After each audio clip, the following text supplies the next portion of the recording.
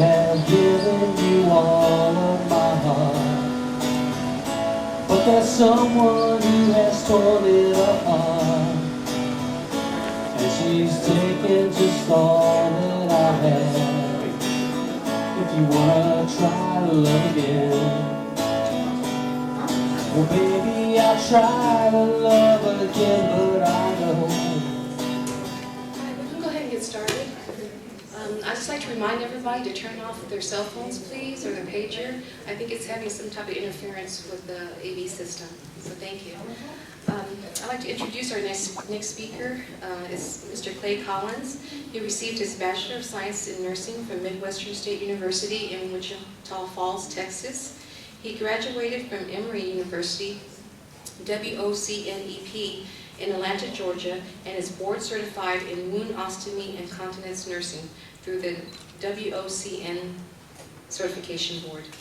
He is also certified in foot care nursing and currently serves as chair of the Foot and Nail Exam Committee for the WoCN certification board. He is a member of the Wound Ostomy Continence Nurses Society, Sigma Theta Tau International Honor Society, and is a diplomat in the American Professional Wound Care Association. He has extensive experience in the home care setting and psychiatric setting.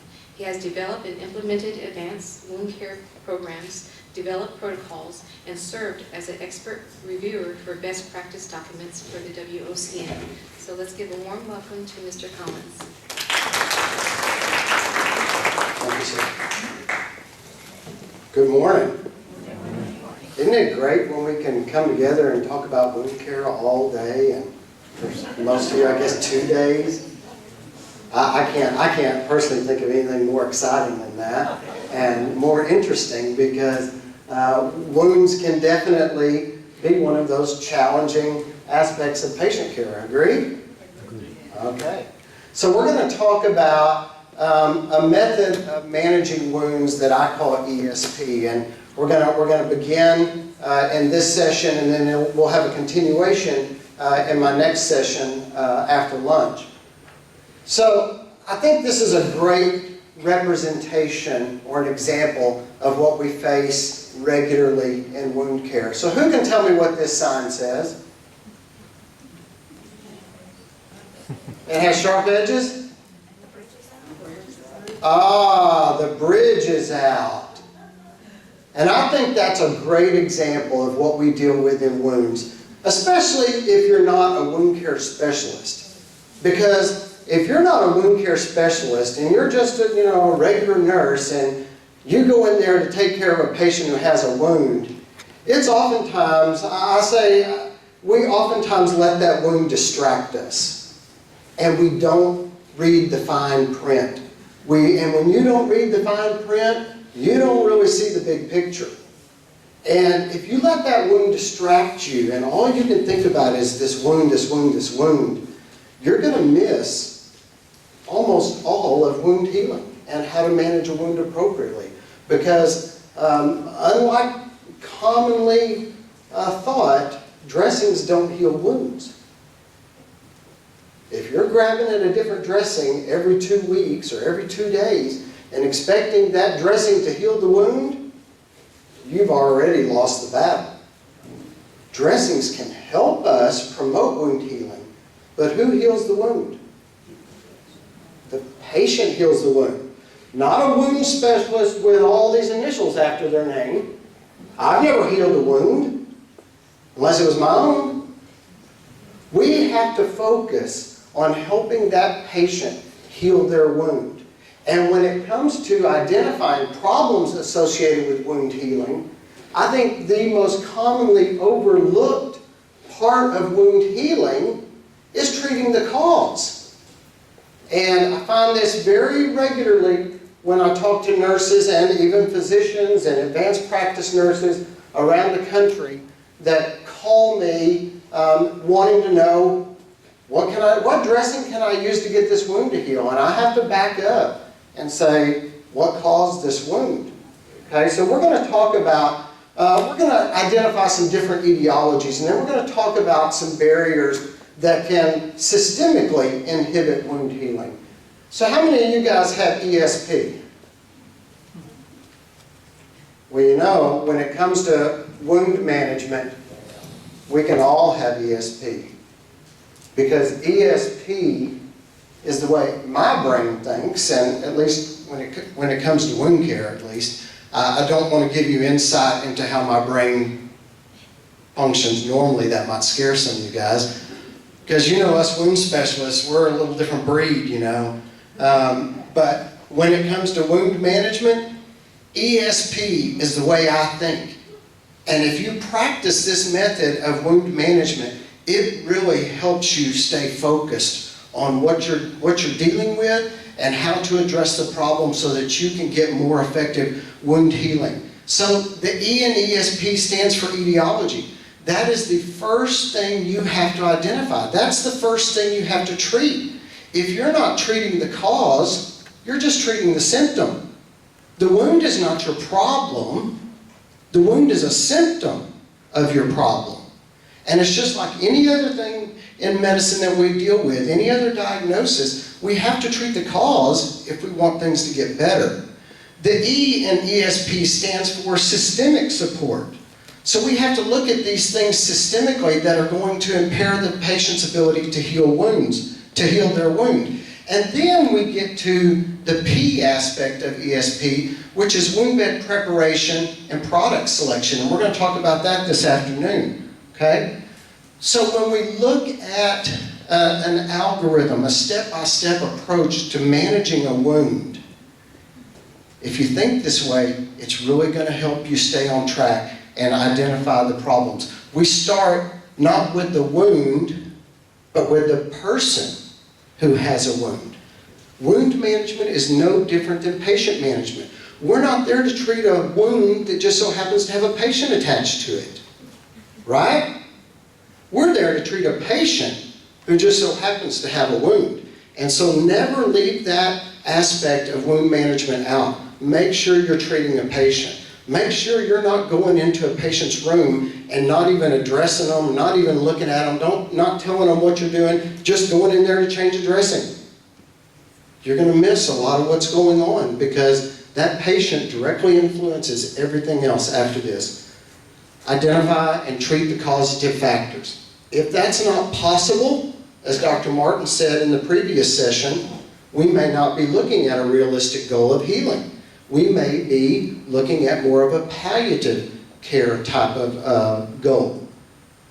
Identifying systemic factors that are going to directly affect wound healing. And we're going to talk about some of these, and I've thrown in an extra one that's not really systemic, but is definitely a barrier to wound healing that we can help address with topical products that we'll talk about this afternoon. And then once we've worked through these components, that's when we get down here to dressing selection. So you can see when it comes to wound management, the first question you should ask when it comes to managing a wound, when you see a wound for the first time, is not, what dressing am I going to put on this? When you look at a wound for the first time, what's the first thing you need to know when you see one of these? I guarantee you, many people make the mistake of looking at a wound and the first question that pops in their mind is, oh my gosh, what dressing am I going to put on this? And we spend all of our time focused on what dressing am I going to put on this, and we've already jumped way ahead. I encourage you, if you're at that point in your decision-making process, take 2 steps back. Sometimes it's a lot more productive to back up and take a more holistic approach. This is what we need to know first. What caused this wound? That's the first question you have to ask yourself. Not what dressing am I going to put on this. So I'm going to back up here. Because failure of a wound to improve is most commonly due to underlying etiological factors or systemic factors, not the dressing. And I think we get trapped in this revolving cycle of, I'm going to try this dressing, and if it doesn't work, I'm going to try another dressing, and if that doesn't work, I'm going to try another dressing, and we keep grasping at straws, expecting these things to heal the wound, and they can't. All they can do, if used appropriately, is provide an environment conducive to wound healing. We have to identify the cause. And there's some clues to help us with that. Look at their H&P. Look at their underlying diagnosis. That may give you some very significant clues as to what's going on here. Look at the location of the wound. Location is critical. If you identify this wound as over a bony prominence, that might start to clue you in that we've got a pressure problem, because that's where pressure ulcers most commonly occur.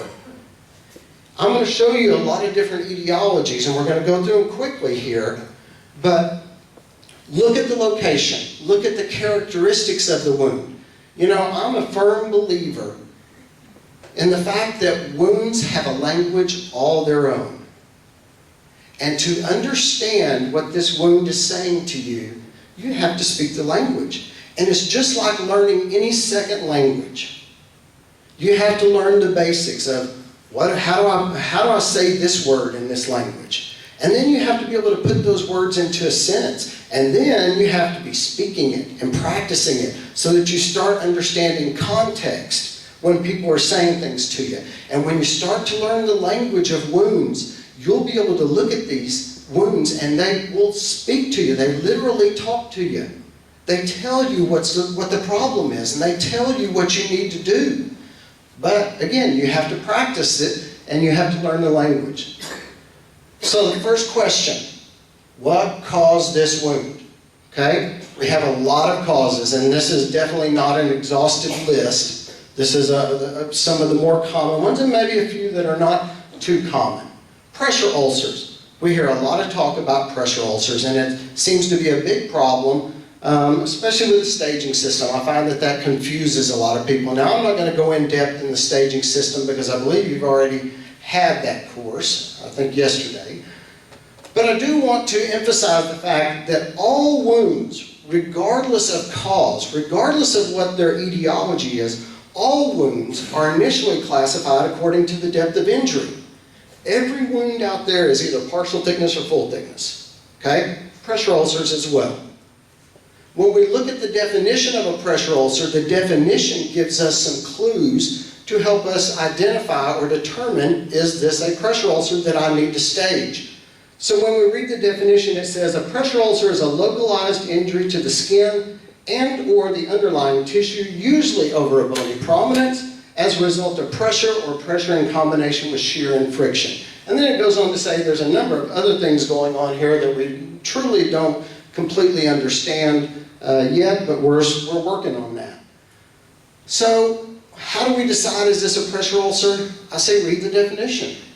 Here's the first thing you have to look at. Is this wound, is this ulcer caused by unrelieved pressure? That's the first question you have to ask. If so, you might want to stage it. It's probably a pressure ulcer. Is it localized? That's key in all of the definitions for our pressure ulcers. They all specify this is a localized injury to the skin, not something that's spread out all over a big area, a localized. And it is usually over a bony prominence. Okay? Those are three questions ask yourself if you're trying to determine, is the etiology behind this wound pressure? Should I call it a pressure ulcer? Also, we know that a significant portion of pressure ulcers may be directly related to medical devices. Joyce Black, the president of the MPUAP, did a study in her hospital a few years ago and identified a full 30% of all hospital-acquired pressure ulcers in her facility were directly caused by medical devices. Pulse oximeters, tubing, TED hose, all of these things that we place on our patient's skin that can exert pressure. Now, you know, the NPUAP issued a position statement a couple of years ago regarding mucosal pressure ulcers, and what they tell us is that you're going to document those as pressure ulcers, but you're not going to stage them because your mucous membranes don't correlate with your external skin, so the staging definitions don't really fit what we look at on the mucous membranes. They just recently issued a position statement on the presence of exposed cartilage. And what they said was, and this is primarily pertaining to your ears, cartilage in these areas serves the same purpose as bone. So if you have exposed cartilage, That's the same as exposed bone, and it should be staged as a stage 4 pressure ulcer. That's a fairly new position statement. So again, I'm not going to go into these in depth. I hope you have a good understanding of pressure ulcers and the different stages. I do want to talk about a category of skin damage issues that some of these are frequently confused or misdiagnosed as pressure-related injuries when the true cause is moisture. And this is a category. It's been more and more widely studied in the literature and written about over the past 5 to 7 years, and it's the abbreviation is MASD. How many of you have heard of MASD? I see a few hands. Moisture-associated skin damage. We're realizing that there's a lot of problems out there that the direct causative factor is not pressure, it's moisture. And again, as with any wound, you have to treat the cause. You have to identify the true causative problem and address that cause. So the first one we find that's often misdiagnosed as a pressure ulcer is a condition we now refer to as IAD, incontinent-associated dermatitis. This is what was previously referred to as perineal dermatitis, and still in the staging system definitions, still referred to as perineal dermatitis because that came out before they started recommending we change that term. The main reason they changed the term from perineal dermatitis to incontinent-associated dermatitis is because if you remember your anatomy class, you know that's not a perineum, right? So that's not a very accurate term to describe what we're seeing there. What it more accurately reflects what we're seeing here is a dermatitis, an inflammation of the skin, directly caused by a prolonged exposure to urine and stool. And so we can get skin damage from the pathogens in urine and stool, also the alteration of the pH of the skin, and eventually the interruption of the epidermal barrier that helps protect us. So we can exacerbate that by the use of soaps and detergents that are alkaline and cause further problems. We can also significantly exacerbate this problem by the use of occlusive containment devices, most notably adult briefs. So one of the things that I find that is a very common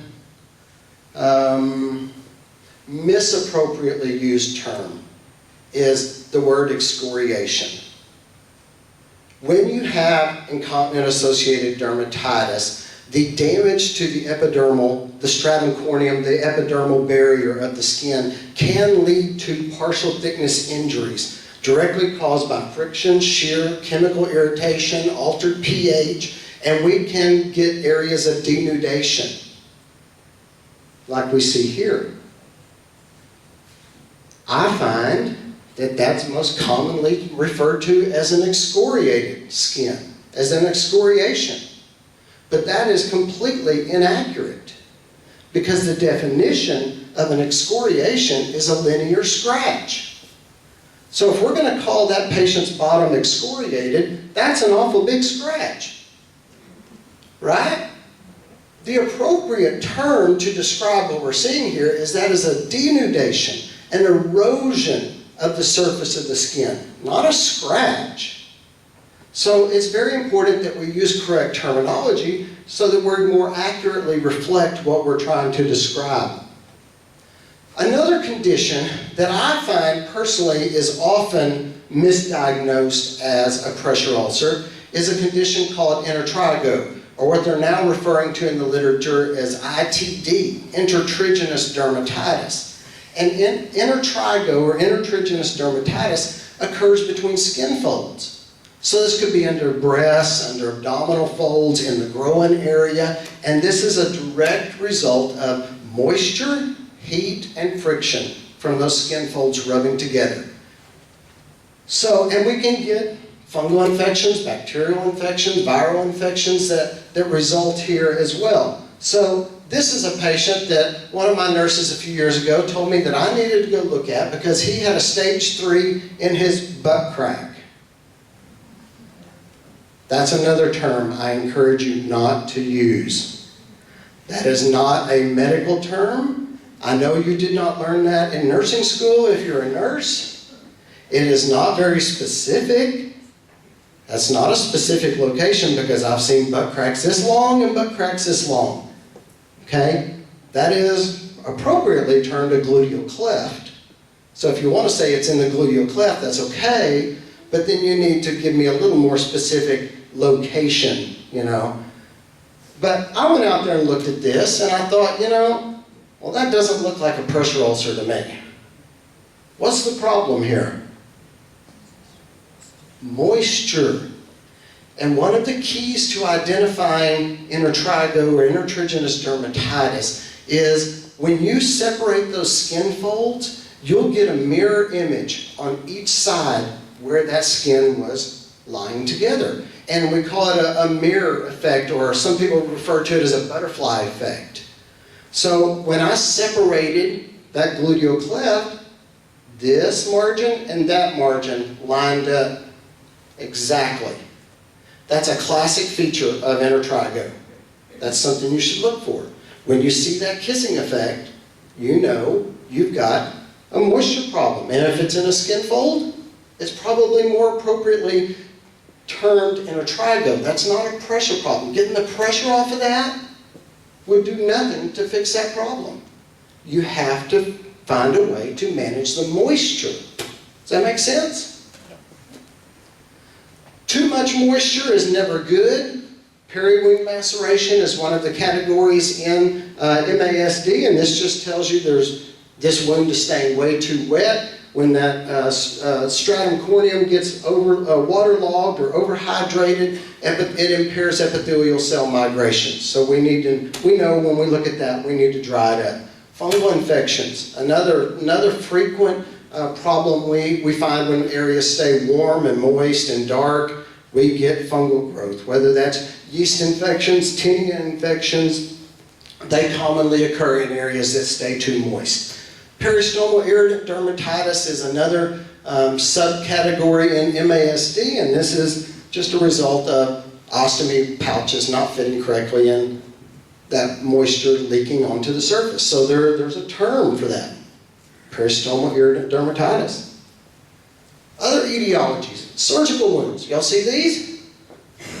Okay, so what stage is that? It's not a pressure wound. Exactly, that's what I wanted to hear. That's not a pressure wound. So don't waste time trying to stage it. It's either partial thickness or full thickness. What is that? Full thickness. Full thickness, exactly. So that's how you're going to document it. Full thickness dehisced surgical wound. Skin tears. Skin tears can be either partial thickness or full thickness. Most of the time I find that they're partial thickness. And they primarily occur on the extremities, most of those on the arms, but you can have them on the lower legs. And it's usually somewhere that's exposed to trauma, friction, shearing, that separates the epidermis from the underlying dermis most of the time. So this is a great area when we talk about dressings this afternoon. This is an area where it's very easy to see how the standards of care and wound care change. And, you know, I encourage you to try to stay up on current standards of care, because 20 years ago, if you got into nursing 20 years ago, when it came to skin tear management, we slapped a transparent film on it. That's what we did. We have since learned, through trial and error, that that's probably not the best thing to do. Now, our most current consensus statement on skin tear management tells us we should not put adhesives on fragile skin. If you're doing that, that's not supported as current best practice. Why? Because what you put on, take more off. You have to take off, yeah. And you risk potential to do more damage. So now we advocate for the use of gentle dressings, non-adherent dressings, and we've got a lot to choose from when it comes to managing these types of problems, especially on fragile skin. Now, what's the best dressing I could put on that wound right there? Nothing. Non-adherent skin. Ah, very good. Their own skin. That's always the best dressing. If it's there, do everything in your power to salvage as much of it as possible. You never know. It didn't look like there was much there, did it? Take the time. That's worth your time. It's worth an investment of your time. That took me about probably 20 minutes I had to be very careful, but you know what? Significantly less pain, faster healing, less risk of infection, and the list goes on and on. Despite the fact that we spend a lot of time talking about pressure ulcers, the most common chronic wound that we deal with in the community and in healthcare in general are not pressure ulcers. They are lower leg ulcers. And the vast majority of those, depending on the study you read, upwards 70 to 90% of all lower extremity ulcers are directly attributable to chronic venous insufficiency, what we call venous ulcers.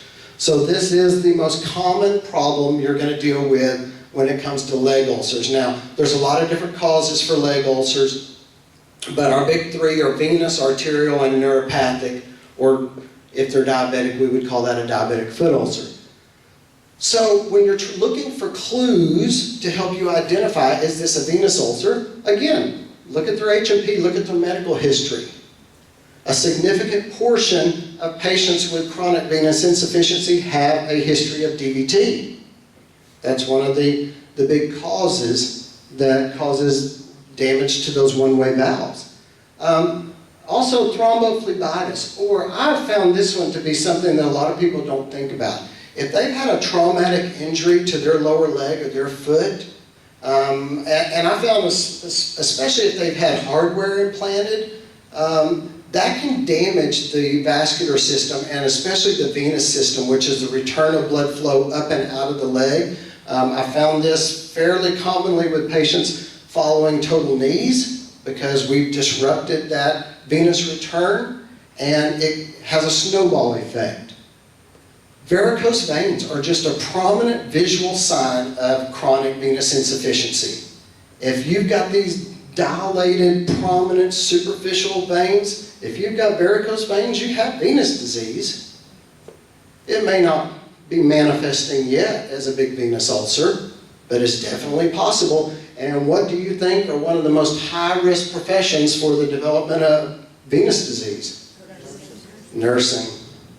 I hope all of you nurses have your compression hose on and you wear them every day. Because if you don't, your legs may wind up looking like some of these. I found in my males that I've dealt with venous insufficiencies, there are a lot of those who are former truck drivers. So any job where you're on your feet all day or where you're sitting with your legs dependent for long periods of time can cause definite damage to the venous system. Now, venous ulcers, some common characteristics to look for. These are usually in the medial malleolar area, the inner ankle, okay? Now, they can be anywhere on the lower leg. If a patient bumped their leg and opened up a wound, the chronic venous insufficiency can impair healing. But the classic location for a venous ulcer is medial malleolus. Whereas the classic location for an arterial ulcer is lateral malleolus. So that's one of the first questions I ask when people tell me they've got a patient with a lower leg ulcer. I say, tell me where it is. Is it on the inner leg or is it on the outer leg? You know, sometimes they say, oh, it's right in the middle. But that definitely can start to narrow down your choices and help you build a case. Is this a venous ulcer? The edges of venous ulcers are very irregular and erratic. The wound bed's very ruddy red, beefy red, because this is too much blood in the tissue. It's a pooling of blood because of high pressures in the venous system.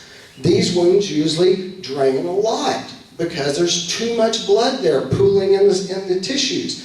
They're usually fairly shallow, but they can be full thickness, definitely. They drain a lot for reasons I just explained. They are heavily contaminated. You don't have to look at a venous ulcer and say, I wonder if that's got a lot of bacteria in it. It's a venous ulcer. It's got bacteria in it. Just know that. It's one of what I call my dirty wounds. I just know it's there. I don't have to do a swab culture that to know that there's bacteria in there. It's a venous ulcer. I assume there's bacteria in there. We get a lot of problems with peri-wound skin and venous ulcers. Surrounding tissue becomes macerated We get a lot of scaling and damage to the peri-wound skin. Pain can vary depending on the person. But most commonly what they'll complain about is it's a dull aching, it's throbbing, especially towards the end of the day. It becomes very tender and very sensitive, but usually not an acute pain like we would see with an arterial insufficiency. When it comes to looking at these patients with venous ulcers, chronic venous insufficiency, you're going to see some pathological skin changes that really, if you know the language, just scream to you what they are. They're just going to tell you when you look at their legs. So the first characteristic is what we call a gaiter distribution. Right here from the ankles to about mid-calf, that's the gaiter area, okay? So we're going to see some of these classic skin changes in this area. Most notably edema. You're going to see edema because this is too much fluid building up in the venous system, and it eventually escapes the capillary beds, moves into the tissue, and you get swelling of the tissues. Hemosiderosis is the classic sign of long-standing chronic venous insufficiency. For some reason, I think a lot of elderly people think it's normal for your legs to turn brown as you age. That's not normal. And everybody's looking at their legs, huh? And when summertime comes, I travel all week, and I'm in airports all the time. It seems like every third person I pass, I want to just go up and tap them on the shoulder and say, hey, you realize you got a problem? Where's your compression hose? Because that doesn't happen overnight. That's a long process. That's what we call hemosiderosis. This is a direct result of red blood cells leaking out of the vascular system, out of the capillary beds, into the tissue. When those red blood cells lyse, they burst, they release their hemoglobin molecule, which has iron attached to it, and iron is deposited into the skin. That's iron staining. That's why it looks that rusty brownish color. Hemosiderosis. Venous dermatitis is very common and oftentimes confused for cellulitis. This is an inflammation of the skin because of all this protein-rich fluid pooling, moving out into the tissue that's causing irritation and this ruddy red color, scaling, weeping, itching. Y'all seen that? And what happens if you put these patients on antibiotics? Nothing. Because that's not the cause. You have to treat the cause. The cause is chronic venous insufficiency, too much blood pooling in the tissue. We have to treat the cause to treat the venous dermatitis. I'll skip through here real quick. Ankle flare, that's another pretty common one. Right here, below the medial malleolus, on the inner aspect of the foot, you'll see all these tortuous, dilated, superficial veins here. Big, look like varicoses. People call them spider veins, right? That's a direct indication of high pressures right here. So right here, above the medial malleolus is the area of highest pressure in your lower leg. This is where gravity is pulling all of this blood down, and it's focused right here over the medial malleolus. So with all this pressure built up here, these distal veins become dilated and engorged. And you'll see this visually. That's a sign of venous insufficiency. Lipodermatosclerosis, if you break this word down, it tells you exactly what it is. Lipo means what? Fat, derma, sclerosis, hardening. So this is a sclerosis of the subcutaneous and dermal tissue, a hardening of the skin, and it gives our venous ulcer patients, our venous disease patients, this classic, what we refer to as an inverted wine bottle shape. So all that protein-rich blood plasma leaking out into the tissue causes a sclerosis, a hardening of the skin. That skin cannot expand to absorb the fluid any longer, so we wind up with these little skinny areas around above their ankle here. As you can see, these are those legs you go to try to see if there's pitting edema there, and it's like as hard as pushing on this podium. You just can't make it pit because it's all sclerosed. So because that tissue can't absorb that fluid's absorbed above that and the more pliable tissue, and so it's like turning a wine bottle upside down. You get this really skinny neck and then it balloons out. Classic sign of chronic venous insufficiency. Y'all seen all this, I'm sure. Arterial ulcers. Look at their medical history. If they have a history of coronary artery disease, MI, stroke, CVA, if they've got vascular disease, coronary artery disease, that's what we use to describe, this disease process just in the arteries of the heart. But arterial disease is not specific to the arteries of the heart. That's just where we see it manifested a lot of times. If they have a history of arterial disease, it's usually systemic. And most of the time if they have coronary artery disease, they're going to have peripheral arterial disease. You should just assume that. And we have the potential to develop arterial insufficiency, and arterial ulcers are what we oftentimes refer to as ischemic ulcers. Okay? Now I'm going to back up here real quick because I want to point out the cornerstone of treatment for venous ulcers, treating the cause, involves compression.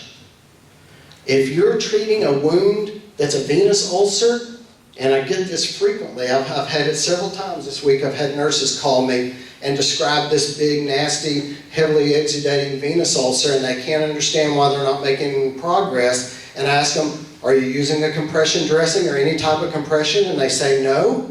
And I say, well, that's why the wound's not getting any better. You're not treating the cause, you're treating the symptom. You have to be utilizing compression to truly treat venous insufficiency.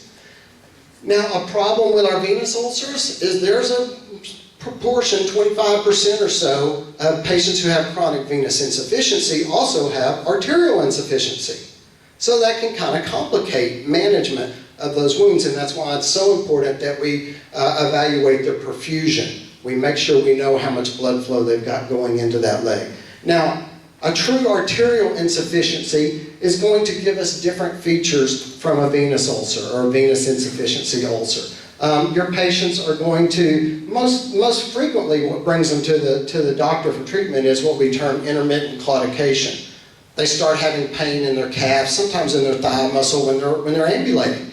And sometimes it gets to the point, I've had patients where they get to the point where they can't even walk to the bathroom and back without their legs hurting really bad because there's just not enough blood flow. So arterial insufficiency is decrease in blood flow into the leg.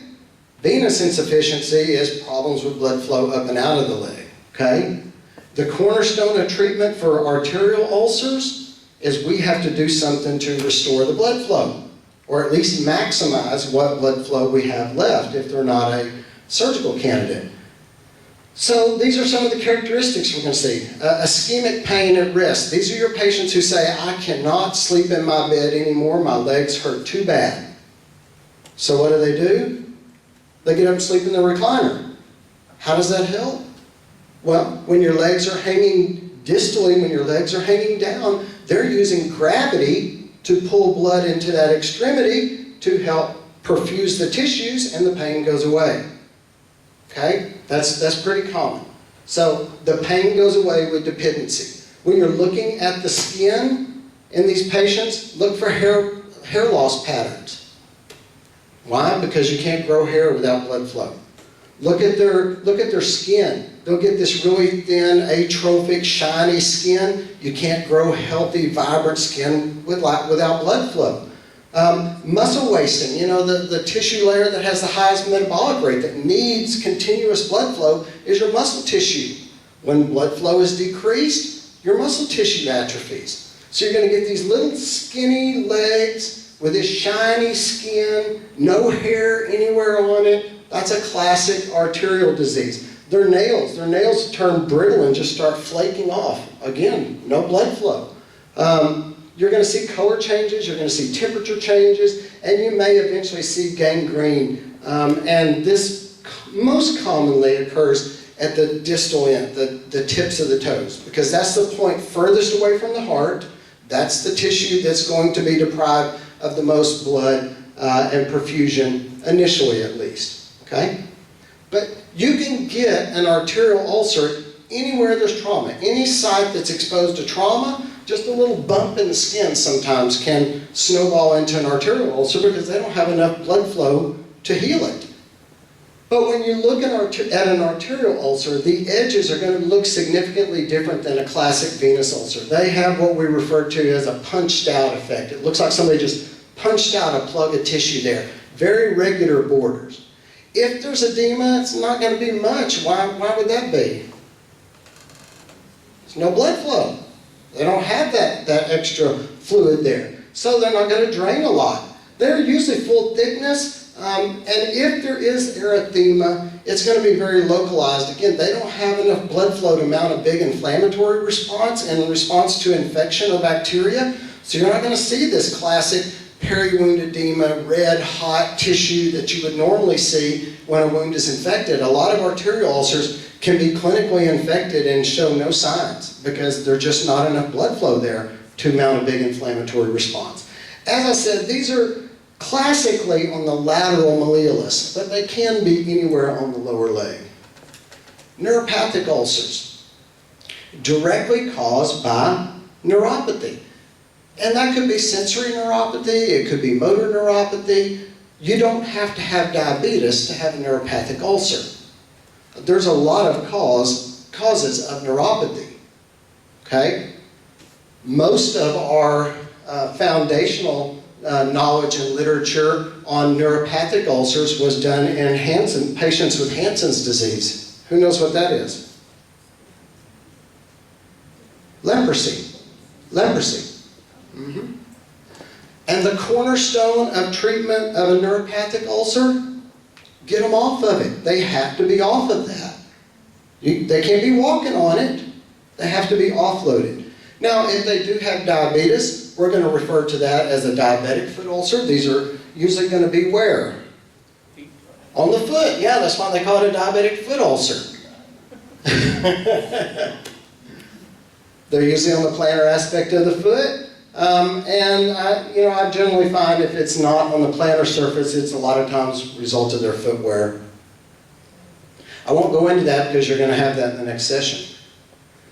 Basal cells, we're seeing an increased incidence of cancerous lesions and chronic wounds. We're seeing a much higher rate of basal cells, especially in Caucasians. Squamous cell carcinomas. We've known squamous cells have been around for a long time. When they are diagnosed, they are referred to as a Marjolain's ulcer. So we know, literature tells us that the longer a wound stays open, the lower its chances go it will ever close. Literature also tells us that the longer a wound stays open, the higher its chances go that it will develop a malignancy. Again, two very important reasons why we need to be aggressive and get these wounds closed as quickly as possible. This is one we see in the media. Anybody hear about that gal who was in that ziplining accident a year or so ago and wound up losing, I think, both her legs and one of her hands, or both of her hands? What they call in the media flesh-eating bacteria. It's necrotizing fasciitis. If it occurs in the perineal region, we refer to that as Fournier's gangrene. And this really is life-threatening, if not definitely life-altering. A simple abscess. I pulled this off the CDC website the other day because the CDC has a whole campaign about this, and this is one of the most common misdiagnoses. These things, community-acquired MRSA presents with skin lesions, and they present and look a lot like a spider bite or an insect bite. But the general rule of thumb is if you don't remember the spider that bit you, it probably wasn't a spider bite. And I think it's very important to call it what it is. Because if you tell somebody, oh, that's just a spider bite or that's an insect bite, they don't go home and take the necessary precautions to prevent spread of that and wind up with an entire family infected with MRSA. And it's a very easily spread, and it's a very big problem. So that's, of course, there's a lot of these different things you can download on the CDC website, and it says, if you think you have a spider bite, it might actually be an infection that needs medical attention, and I say probably the majority of the time it is. Unless you really remember that spider biting you, you better, this is prevalent, very prevalent in the community. So make sure you identify the cause. The cause is the first thing we have to address. Accurate identification of the cause is essential. If you're not treating the cause, you're treating the symptom. Okay? That's the E in ESP. Then the S, systemic support. We have to identify underlying factors that are going to directly affect the patient's ability to heal their wound. Okay? Remember, we can't heal that wound for the patient. I don't care how many credentials you have. We can't, I don't care how much you want to, we can't heal it for them. And the most important member of any treatment team is the patient. They have to be on board. They have to be willing to do their part, because I can't do it for them. If they have underlying disease processes, most specifically I find the bigger problem is diabetes, because it's not really a matter of who does have diabetes anymore. It's more a matter of who doesn't. And when we're trying to promote wound healing in a patient with a wound, we need tight glucose control. Tight glucose control. And I'm not saying like what we used to tell our patients, oh, just keep your blood sugars below 200 and you'll be fine. We know even moderately elevated blood glucose levels, 160 to 180, somewhere right in there, essentially shuts down all neutrophil and macrophage function, significantly increases risk of infection, and definitely impairs wound healing. There are times when I'm dealing with a diabetic patient that my focus moves away from wound healing and moves to disease management. We've got to get those blood glucose levels down, or I'm not going to realistically expect any healing to occur. We have to make sure they have adequate blood flow and tissue oxygenation. Nutritional support is essential, and I think y'all got that earlier today. And so we're going to take a look at these. There's a lot of different underlying, and again, this is a very short list of things that can directly affect a patient's ability to heal a wound. So we need to make sure that we understand how these other comorbidities affect the patient's ability to heal their wound and temper our expectations so that they're realistic. You can do all the appropriate wound care in the world, but if they don't have enough blood flow there to promote healing, can the dressings heal that wound? No. We have to identify these things so that we can understand what's really going on. Perfusion. As this says, adequate oxygenation is essential for fibroblast proliferation and collagen synthesis, leukocyte activity, and phagocytosis, as well as reepithelialization. You have to have oxygenated blood. So what does that mean for a patient that has congestive heart failure, COPD, chronic bronchitis? Are they going to always have adequately oxygenated blood? No. Is that going to directly affect their ability to heal a wound? Yep. Absolutely. You need to factor that into your expectations and understand that. And then they have to have enough blood flow there to deliver that oxygen. And so what happens if you have a patient with arterial disease and COPD? Are you going to have some problems with healing? Yeah. Does it matter what local wound care you're doing? No, if you weren't able to address these, then your goals may necessarily change. As Dr. Martin referred to, we may be moving into more of a care and comfort, palliative care. And as this says, any state or disease that adversely affects these perfusion or oxygenation is detrimental to wound repair. So we have to take that into consideration. If they're a smoker, just expect that's going to impair wound healing. Okay? Nutrition.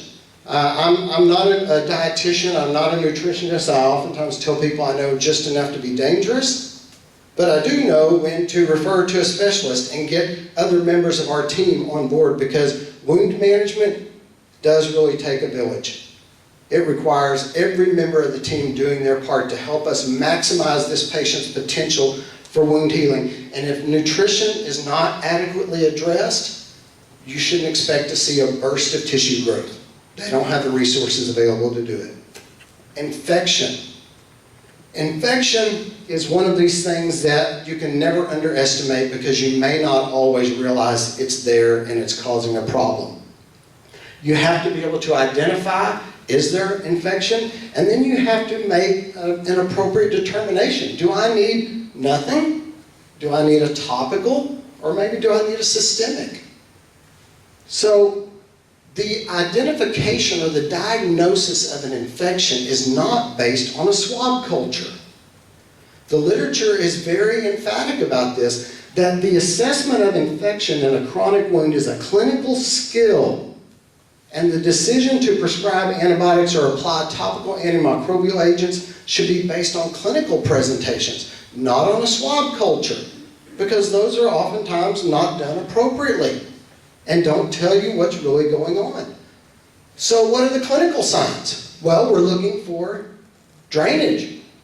You know, if a wound is heavily draining, pouring copious amounts of drainage, that's just a visible sign of the harmful effects of all these toxins that bacteria are secreting at the tissue level, and that's the body's natural reaction trying to flush these irritants out. So when you see a wound drainage start to increase, you should suspect there's a bacterial problem there. And one of the first things I do when it comes to getting drainage down and controlling drainage is focus on killing bacteria. When you reduce or decrease the bioburden in a wound, your drainage level is going to come down proportionally. So that's one of your first signs, especially if your drainage changes from a normal serous to more of a purulent, becomes thick or cloudy. I would hope that it doesn't get to that point before you realize there's a problem. You're way behind the 8 ball if you wait till this wound starts draining pus to realize that there's an infection, okay? One of the more common reasons for a wound not to heal is bacteria. And it doesn't have to be a true infection. We can have wounds that are heavily colonized and not show a lot of clinical signs of a localized wound infection, except for the fact that this wound's just not healing. And I'll show you how to work this when we get into wound bed preparation and dressing selection, because it becomes very easy if you use a systematic approach to identifying what you're doing. The development of poor granulation tissue, or maybe you had good granulation tissue and now it's all going away. You can lose 2 months worth of wound healing in 2 days if you're not paying attention and you let this wound get infected. Because bacteria literally just degrade all of that granulation tissue. They just destroy all that hard work you put into it and the patient put into it. Developing of pockets in the base of the wound. Bacteria is literally just eating away at the surrounding tissue. Odor, of course, is a sign of infection. And sometimes we get little islands of healing. Some places on the wound, it's healing good, and other places it's not. Those are just isolated pockets of heavily colonized bacterial growth. As I mentioned earlier, lower extremity wounds, especially venous ulcers and your diabetic and neuropathic ulcers, are what I call dirty wounds. Wounds that are in locations that are easily contaminated. You don't have to do swab cultures to know that these wounds are heavily contaminated. Just know they're heavily contaminated and treat them as such, okay? Don't wait for something to go wrong before you say, oh, there must have been bacteria there. Because there is no such thing as a sterile chronic wound. Every chronic wound is contaminated with bacteria. And we're finding that many of these chronic wounds are coated with biofilm. And that is a significant impairment to wound healing. We've known about the presence of biofilm in the environment for many years. If you've ever seen pond scum, that's a great visualization of biofilm. If you have a pet and you go to clean out the water bowl and you feel that slime growing all over the water bowl, you've seen biofilm. If you have kids that refuse to brush their teeth, you've seen biofilm. How does the dentist get this off, or the dental hygienist? Just scrape it off. How do you get that slime out of the water bowl? You have to scrub it out. Because when you pour water on it, what happens? It just runs right off of it, right? Same way when you develop biofilm in a wound, it has to be debrided out of there. And we know that they are very prolific, they can come back very, very rapidly.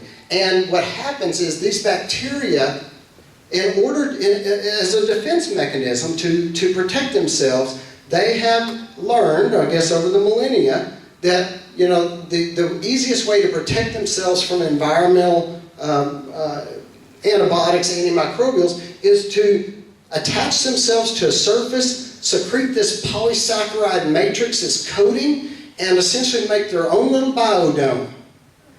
And what we find, what usually starts out as a single organism colony on the base of this wound, eventually turns into a multi-organism system.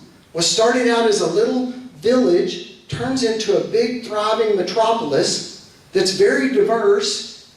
They don't isolate themselves off, they're not discriminatory, they'll take all comers. And they have this polysaccharide matrix that makes them impervious to topical antimicrobials as well as systemic antimicrobials. So they're very, very tough to deal with. And we now have started to understand, the literature is telling us that these bacteria are actually able to communicate with each other between species and exchange genetic information to essentially teach each other how to build resistance to antibiotics.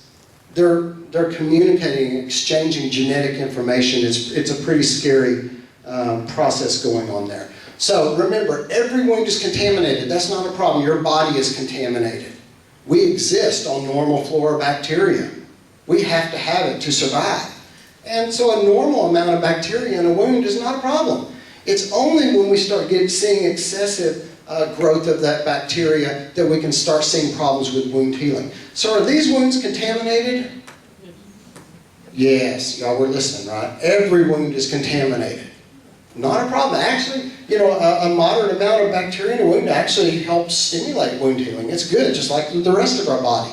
It's only when those bacteria start overwhelming our host defenses that we start seeing some problems with wound healing. When we get a significant colonization or maybe a localized wound infection, as I was talking about earlier, then we're going to start seeing some of these visible changes going on in the wound bed.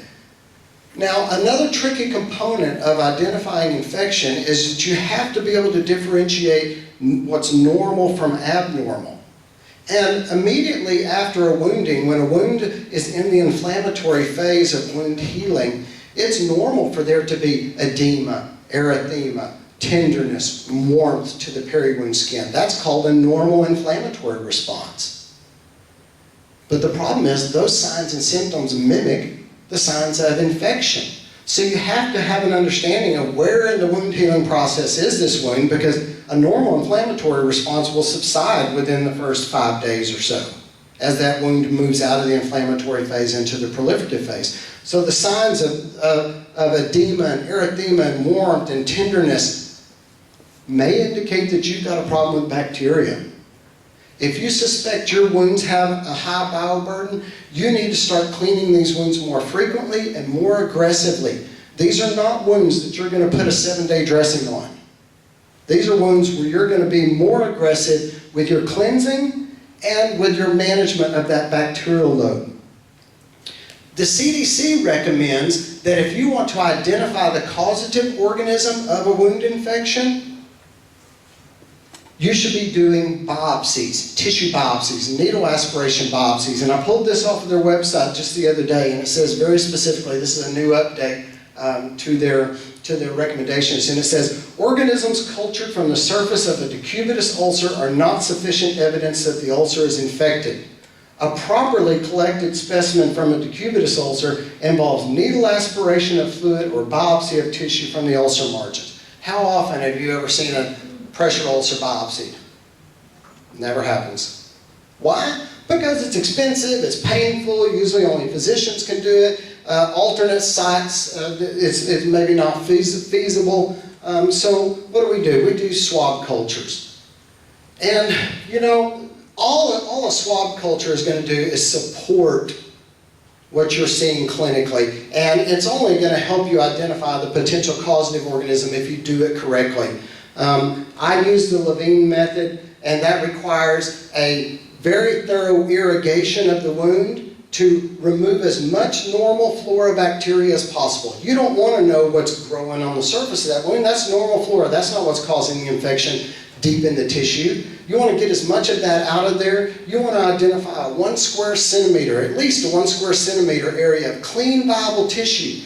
And then you want to swab that with enough force to express some exudate from the underlying tissue. That's what's going to carry these causative organisms, potentially, up into your swab culture so that you can maybe identify that and base your antibiotic therapy on the culture. Again, I don't put a lot of weight in this, but it can help direct your antibiotic use. Signs of systemic infection, realize that in our elderly population, they may not have a strong enough immune system to mount a big inflammatory response, to spike a temperature or a white count. They may just have altered levels of consciousness, lethargy, things like that.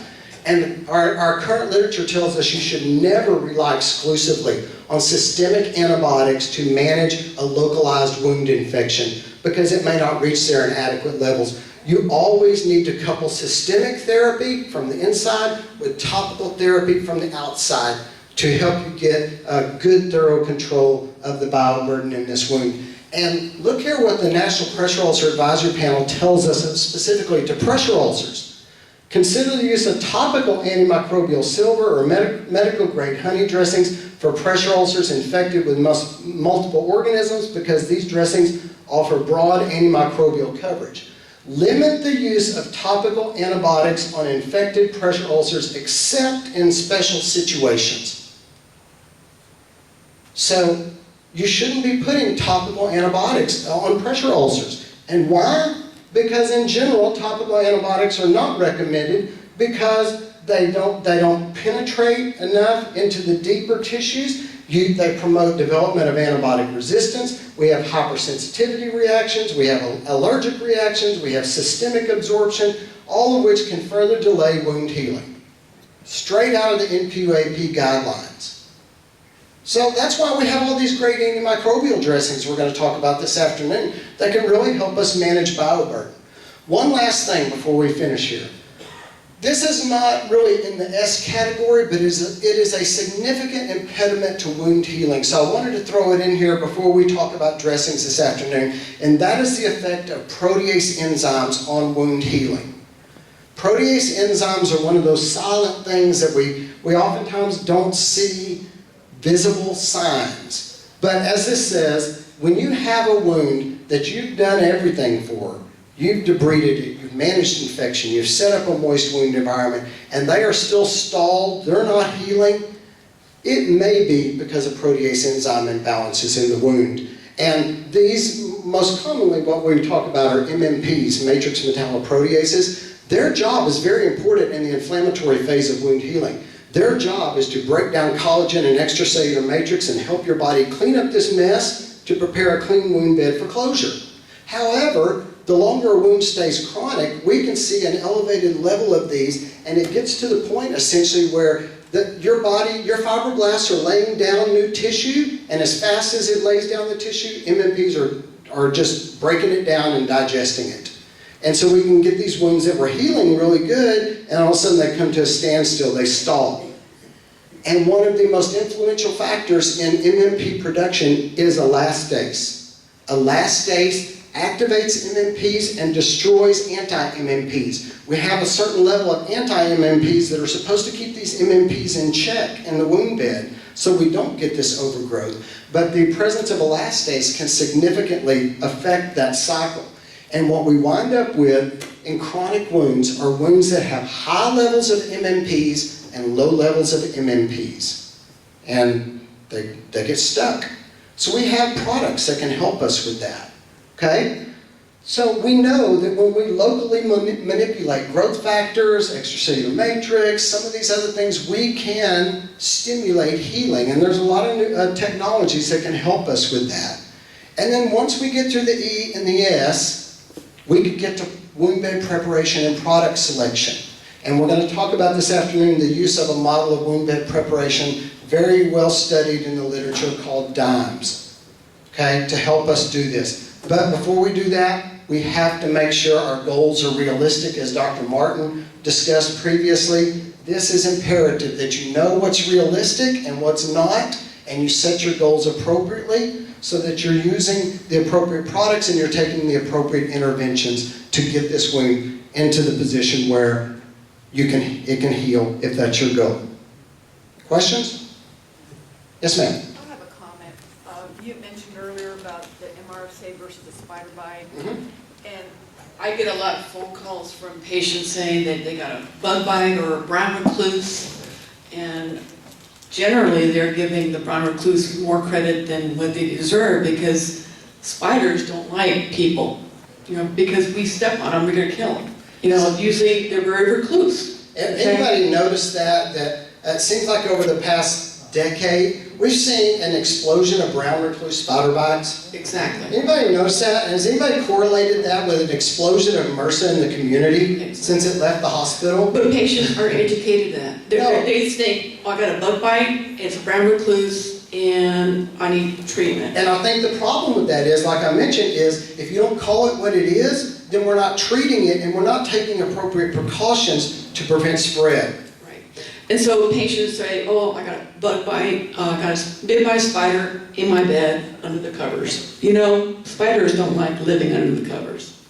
So, a lot of it is diabetic patients, and of course their pH on the skin is very compromised, they got a crack, whatever, and they develop a skin wound. Yes, and in some communities, the prevalence rate of colonization from MRSA is upwards of 60%. And any break in the skin, I guarantee you we could swab the nares of everybody in this room, and about 60% of us would be positive for MRSA. That's where it's colonized. You get a breach in the skin, you can self-contaminate yourself. And I try to educate patients saying, our body's like a house. If you close the windows, you close the door, nothing's going to break in.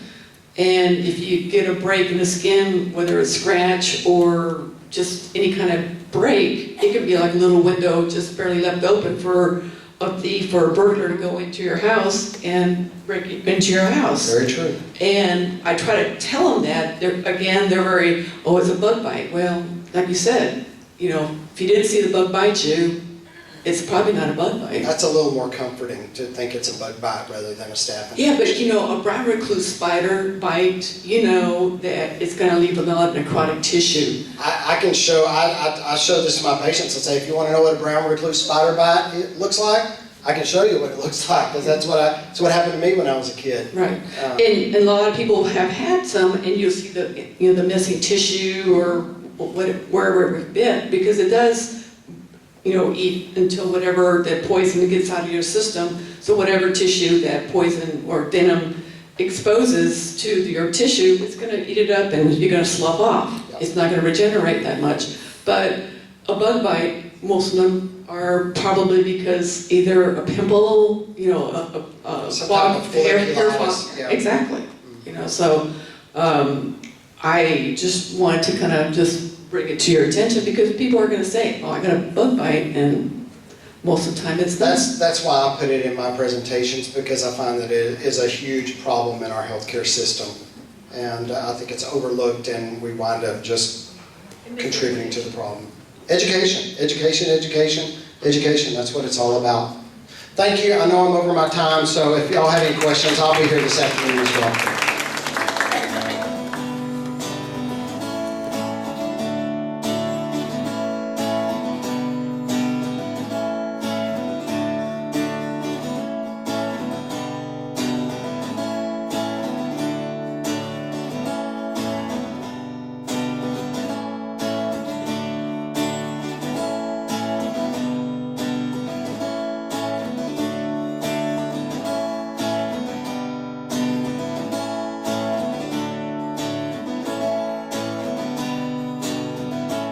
Have given you all of my heart, but there's someone who has torn it apart.